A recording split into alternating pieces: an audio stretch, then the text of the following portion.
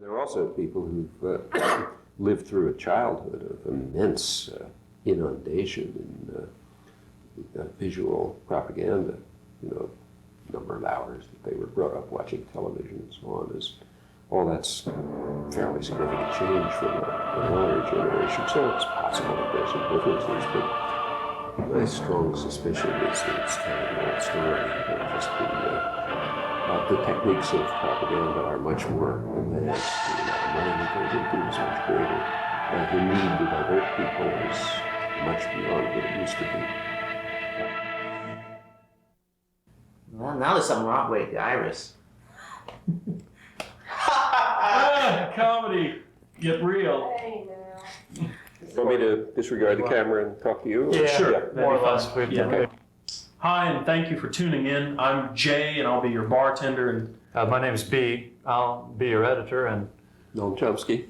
Noam Chomsky, who's in town here to speak with us. And while he's here, he's also going to be speaking at the IU Auditorium. But he came to see us. I teach at MIT. I work on language, philosophy, cognitive psychology. Large part of my life is devoted to what's called politics. Yeah, I think we should introduce the show out here. Okay. Just because I thought that what happened in the studio was kind of lame. okay. So hello and welcome to J and B on the Rocks. I'm Jay and I'm the bartender of this program. Yeah, and my name's B. I actually edit things, and that's why I'm able to just, snap my fingers, say, and cause You'll see things. something else, yeah? Because she's a bitch! She's a bitch! She's a bitch! She's a bitch! Any number of bodily noises can be used to segue to something. For example, Noam Chomsky, for example, uses this cough of his.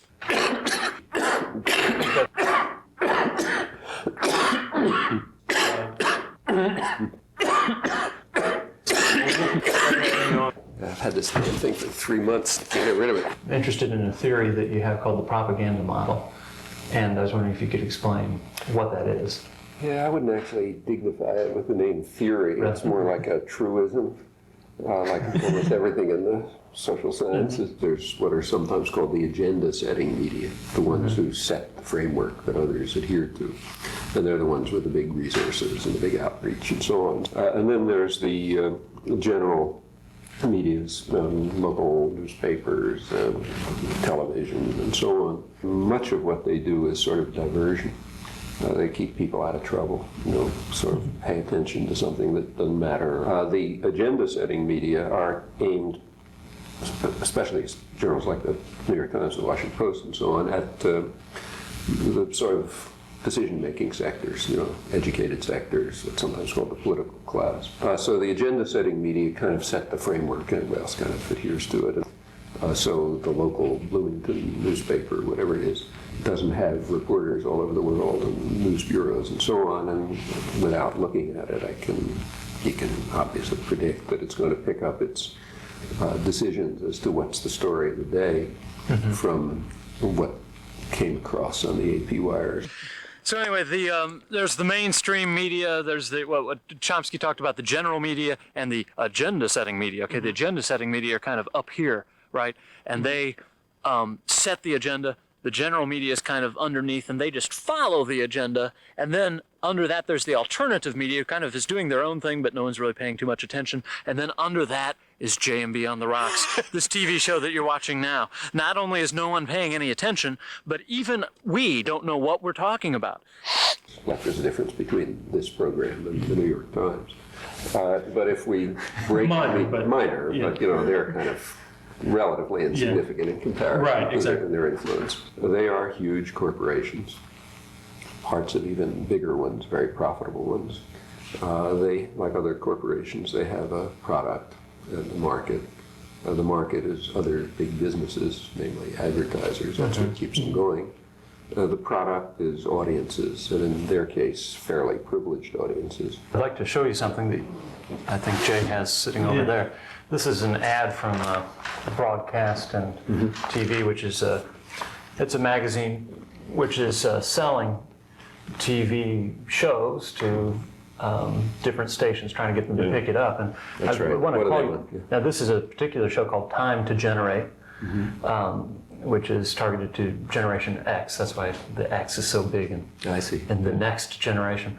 And I would call your attention especially to where is it? They're the 18 to 34 demographic that advertisers are buying. Yeah, and that that's seems exactly right. strange when I read that. I mean, how can That's exactly right. how can you buy a demographic? Well, you buy people. I mean, what the media sell is audiences. That's their product, and advertisers buy it. That's exactly the correct description. Okay, but that almost makes it sound like they're not, that they're in the paying. They are. I mean, they're paying the producer for the product. So, like, if you're whoever is producing a whatever, I don't know what they're selling, but let's say it's a sitcom on television. Somebody's producing it.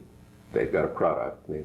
The product that they're in fact, I mean, they're actually making the sitcom, but what they're selling to the advertiser is not the sitcom. They're selling the watchers. Yeah. They're selling the audience to the advertisers who are buying the audience in effect and paying the guy who produced it some advertising fee. So their terminology is quite accurate. Yeah, and it seems like a very simple, common sense thing, but I think that most people don't see it that yeah, way. it is common It sense. shocked me, really. I mean, look, take say television. I mean, the guys who, CBS doesn't make any money when you turn the tube on. They don't get anything out of it.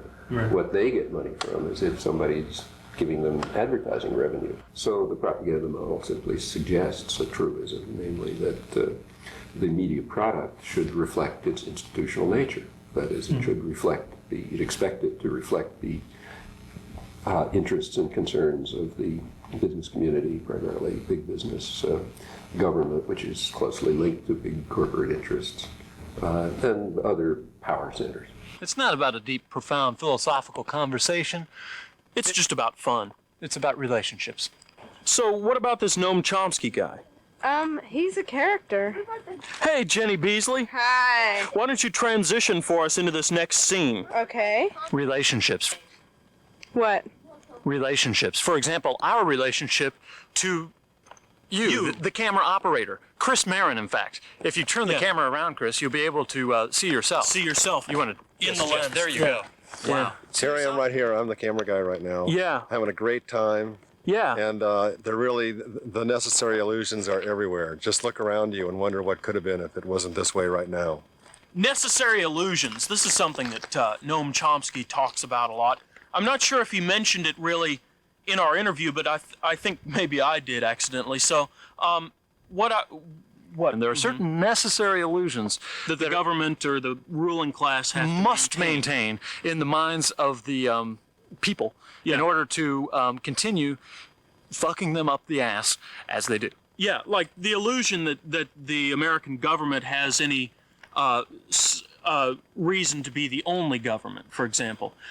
There's been an increasing federalization of our government. There's less local control these days than there has been in the past, and as a result, people are under the control of a distant ruling class in Washington, D.C. that has very little to do with them. It's important for people not to think about that. Well, a lot of talk about welfare reform. So, big problem, deficit, giving too much money to, mothers with dependent children and so on. There's another whole welfare system nobody ever talks about. And that's the fiscal measures, which essentially give you tax deductions for various expenditures. So let's say home mortgage loans, you get a tax deduction, or business expenses, you take your colleagues out to lunch, or charitable expenditures. There's a whole mass of stuff which are, by fiscal measures, reduce your taxes. Well, that's the exact equivalent of welfare payments. Exact equivalent. I mean, it's no difference if you take $100, if a guy doesn't pay $100 in taxes, That's exactly the same as making them pay everything and giving them $100. Comes out the same. Yeah. So there's a huge welfare state, sometimes called the hidden welfare state, goes overwhelmingly to the wealthy. You know, what you have to think about is the mother with dependent children. You're not supposed to think about the executive who's ripping you off in the other some other fashion. Well, that's the same kind of thing, except that the welfare state for the rich is much more extensive. I mean, take, say, the health thing, the other big issue. Well, you know, there's one very striking property of all the plans that are being considered, two striking properties, Clinton, Cooper, everybody else.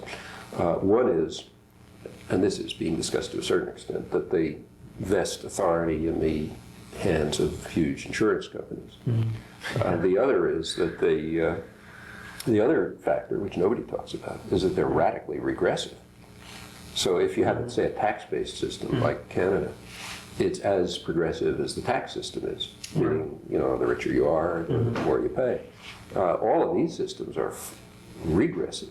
You know, you're the chairman of the board of General Motors, and you and the secretary and the janitor all, in effect, pay the same amount for health care. In fact, it's even worse than that. That's unheard of. That's as if everybody paid the same amount of taxes. Well, you know, as a tax system, that would be outlandish. But this topic is never discussed. I mean, try to find a word about it. Yeah. Well, same sort of story. You don't want people to think about the things that matter to them. And there are a couple of ways of doing that. One is to tell them morality plays about figure skating, or to watch the Super Bowl or something or other. Just divert them, in other words. That's one way. The other way is to shape the discussion and presentation of issues so that people just don't see it. There has been a very significant indoctrination campaign since the Vietnam War, since the 60s. I mean, the 60s were a period of sort of breakdown of controls, and it scared people. This is a periodic thing in American history. There was nothing new about it. You know, every time there has been public ferment, there has been a major attempt to drive people back into their holes. Well, you know, the 60s began to ferment developed again, and then came the inevitable effort to repress. And it's been less successful. So there's much more, I think probably the activist movements have grown since the 60s. There was an article that I read somewhere recently, an interview with you, where you argued that the Gulf War was, in a sense, a success for the peace movement. Why did you say that? Well, it's the first time in history that I know of that there were huge demonstrations against the war before the war broke out. Compare it with Vietnam. In the case of the Gulf War, it was before the bombing. That's never happened before. We kind of wanted to shift gears and talk a little bit about the drug war, which is, in essence, a war of the government against its own people. Why is this war being waged? I think it was one of the techniques of social control. The first was the drug war that Bush launched in 1989 was not the first. There have been several. And if you look at them, they're always timed with relation to issues of social control. So take the 1989 one. Was there some new crisis in drugs? No, on the contrary. In fact, hard drug use had been declining. And part of the reason why they could launch the drug war and expect favorable results was that if the tendencies continued, they'd be able to say 2 years later, well, you know, look at the figures, see what great things we did. There was no new crisis in 1989, but there was another crisis, namely the Soviet Union was collapsing.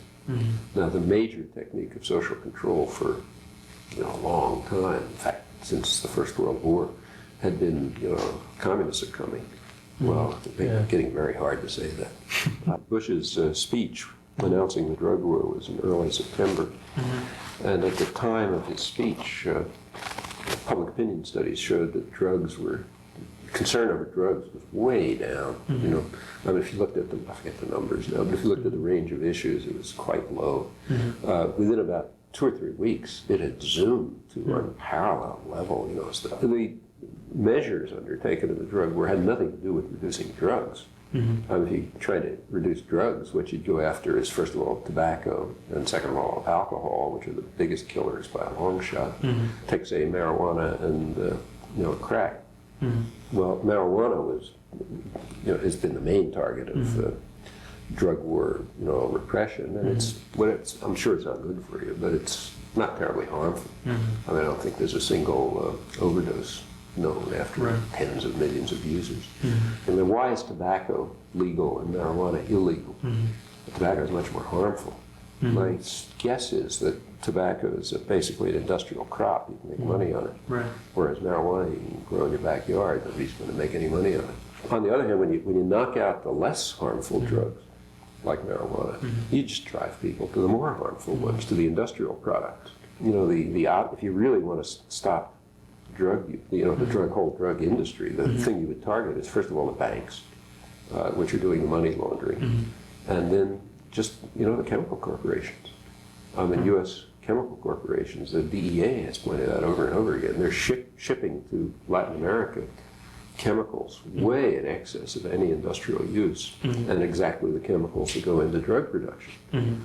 Well, okay, have you heard of any Delta Force operations taking over the executive suite of, American Lilly? Yeah, no, of course not. Have you ever had a psychedelic experience yourself? No, I'm very square. Okay. I must be one of the few people who's never smoked pot. Okay. So we've come out here to Cedar Bluff outside of Bloomington because it's such a beautiful day, and we're all taking the day off. We've decided to say fuck it to our jobs and drink some beer on Cedar Bluff because it's important to have daily acts of rebellion in your life. I think Chomsky kind of implied that, and so do we every day. Well, actually, today's Saturday, and I don't work on Saturday, so... And Joe doesn't have a Yeah, job. I don't have a job, actually. I'm unemployed. But I'm rebelling what a against rebel. my unemployment. What rebels we all are. Yeah. Cedar Bluff, one of nature's many wonders here in Indiana. You see it there behind me. What? This bluff? Are we in the bluff yet? No, we're headed towards the bluff. We're in the bluff area. Now, how did they decide to call it Cedar Bluff? Probably from the cedar trees. Really? I don't see any. So who was we haven't gotten there yet. who was the person who... The sun is back. Cool. Wow, it must be spring coming on. Yeah. You can see it. It's very bright. Wow, that must be why you can't open your eyes. It's almost intoxicating. Yeah. Look at this wonderland back there, because as you look with the light, so we've been walking against that, as you look backwards, and you really pick up all the light. Wow, yeah. Yeah, so that's kind of our roles really in this program here, yours and B and me and all these other people that we're hanging out with. To just show light? Just kind of guide people along through this otherwise incomprehensible mess. Oh, it's very comprehensible. Oh, yeah.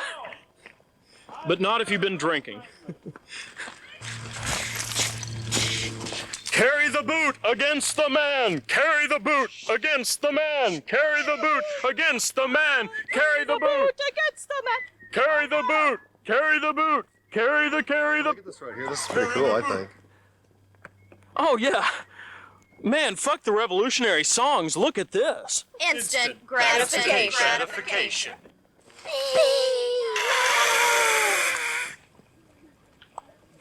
Don't take me with you. Go. God, whatever. J&B on the rocks. J&B at the Bluffs. Cedar Bluff, in fact. Here in outside of Bloomington. It's on the southwest side of Bloomington. It's a really cool place to come, and it's a lovely day here in southern Indiana. So what about this Noam Chomsky guy? He's a character. In the film Manufacturing Consent, you say, and this is a quote, "An attack on the fundamental structure of state capitalism is in order." Why do you believe this, and how would such an attack... Why do I believe it? I think there's something fundamentally wrong with state capitalism. It's an authoritarian system with absolutist institutions that are immune to public control, and I think that's wrong. I think that every institution should be under public democratic control, and that includes the central institutions of society. Furthermore, if these corporations are a fascist system, basically. I mean, you can, the structure of power within it is strictly top down. If you're outside it, you can rent yourself to it or not, and starve. But yeah, and if you have nothing to say about it, and if you're not part of it, you can do nothing. It's pure absolutism, and that's why traditional classical liberals were opposed to corporations. Joint stock companies are denounced by Adam Smith and Thomas Jefferson, who lived long enough to see the beginnings of the modern corporate system was appalled by it because these are just absolute systems of power. I mean, they were given their power by courts. Nobody ever voted for it. You know, there was a change in the legal structure in the 19th century, which vested more and more power and authority and supremacy in these systems of absolute power. Either you give in and you say, okay, you know, those guys will run my life and our life will decline, which is what's happening. Or what a lot of people are doing is you join some fanatic cult, neo-Nazis or fundamentalist religion or something. It's kind of an irrational but understandable answer. Or you try to move towards really radical change in the systems of oppression. There's no magic formula. I mean, you have to begin with the self-education, which usually means working with others, because you know, no individual sitting alone somewhere can figure out what's going on. You don't have the resources at the time or anything else. So it requires organization, education, political action. If you can get to the right scale, dismantling of oppressive structures. That's been done successfully in some areas in the United States. There's been an attack on lots of structures of domination and authority.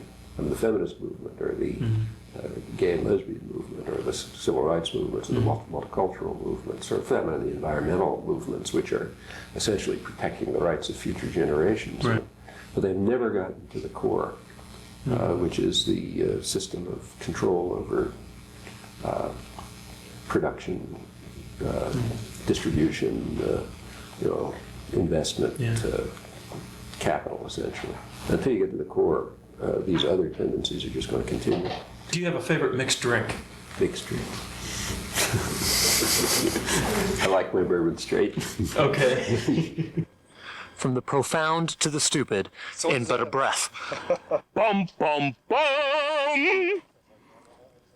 Oh my God, it's the tree man with his big scary eyes. But Jenny Beasley will save me. She has come to save me from the tree man, and well, I just feel very happy about that. Here, I'll get you some moss. It's just so soft and green. Look at that. Very plush. And I can't remember if I heard it when I was young or if it's true that women used to use this as maxi pads. And I was thinking it sure would be soft, but what about the bugs? They might crawl up inside you. Bugs use it too. But I've got a bigger stick!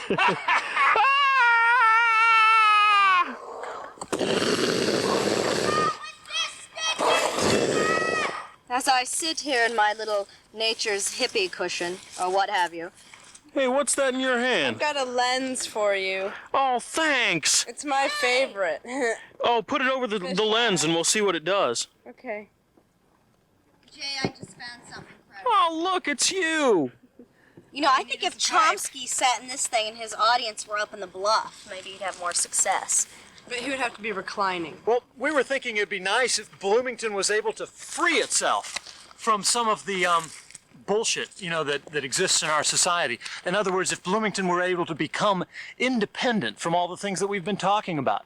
And for that reason, we wanted to found something. I don't know exactly what it would be. Maybe we call it the Bloomington Independence Network, which would just be I don't know, some kind of loose touchstone, a way for people to make contact with one another as they work to establish the necessary organizations that would allow us to achieve independence as a community and break free from the Rigid capitalist bullshit. as Jay says, the rigid capitalist bullshit, the That surrounds us. you know, all the stuff that we consume, the stuff that we need, is produced largely in places that are far, far away from Bloomington. Well, why not have it happen here? Just a thought. If you're interested in something like that, write to us at the address that you're seeing on your screen. And if you are doing something, anything really, that has some kind of bearing, if you're working in some way to make Bloomington independent, then we'll gladly give you some kind of media coverage so that other people can know what's going on, perhaps become involved, or, well, who knows what. We just like to try to explore the potential that exists here in access television, or whatever it is actually that you're watching.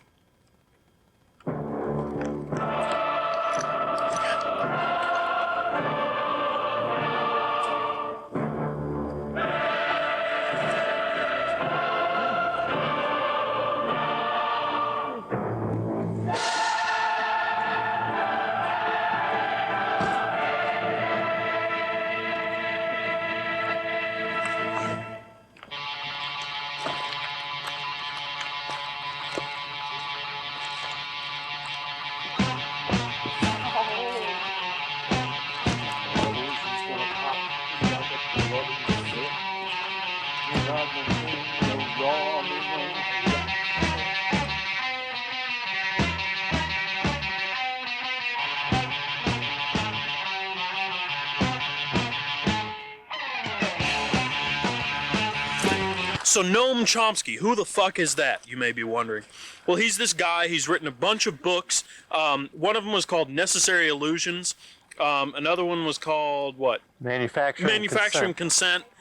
There was a movie, actually, that was in the Rider Festival, which comes through Bloomington sometimes, called Manufacturing Consent, Noam Chomsky and the Media. And it was about him. And actually, we found something interesting out about that movie and Noam Chomsky. Noam Chomsky has, in fact, never seen that movie. And we asked him about that.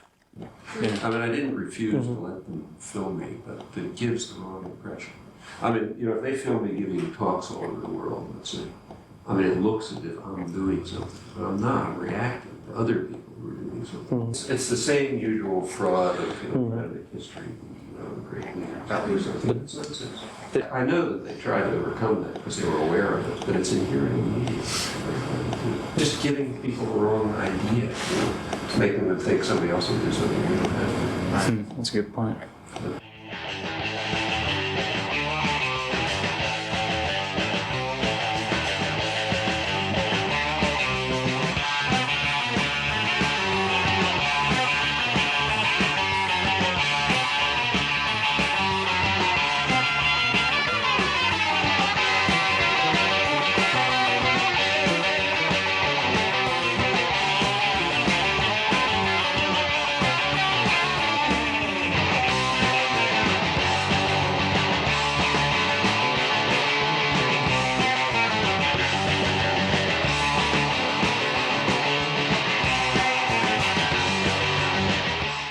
How's your beer, Ed? Why, my beer is very portable. Portable. Your beer, on the other hand, D, is not very portable.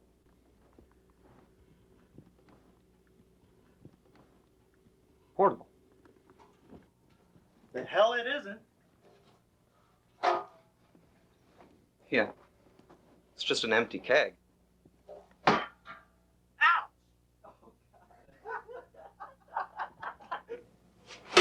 The hell it isn't. That's just an empty keg.